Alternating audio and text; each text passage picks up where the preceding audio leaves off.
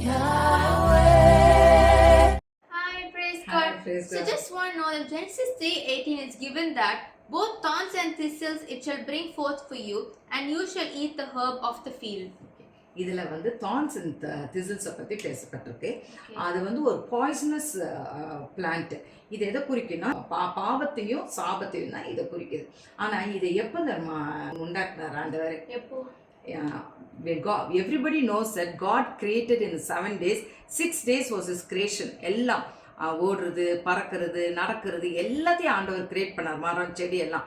ஆனால் இந்த thorns and திசில்ஸ் our create பண்ணவே இல்லை. எதுக்கு? ஏன்னா ஆடம் அண்ட் ஈவ் பாவம் செய்ததுக்கு அப்புறம் தான், பிகாஸ் ஆஃப் த டிஸ்ஒபீடியன்ஸ், இந்த சாபம் வந்து இட்ஸ் கேம் அப். அதை அதுக்கப்புறம் தான் கிரியேட் பண்ணார்.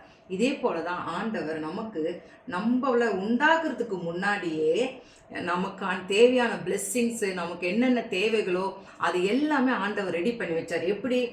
ஆடம் அண்ட் ஈவை உண்டாக்குறதுக்கு முன்னாடியே தேவைகள் எல்லாம் கிரியேட் பண்ண ஆண்டவர் நமக்கும் அதே போல தான் பண்ணார். ஆனால் எப்போ வந்தது இந்த சாபமும் பாவமும்?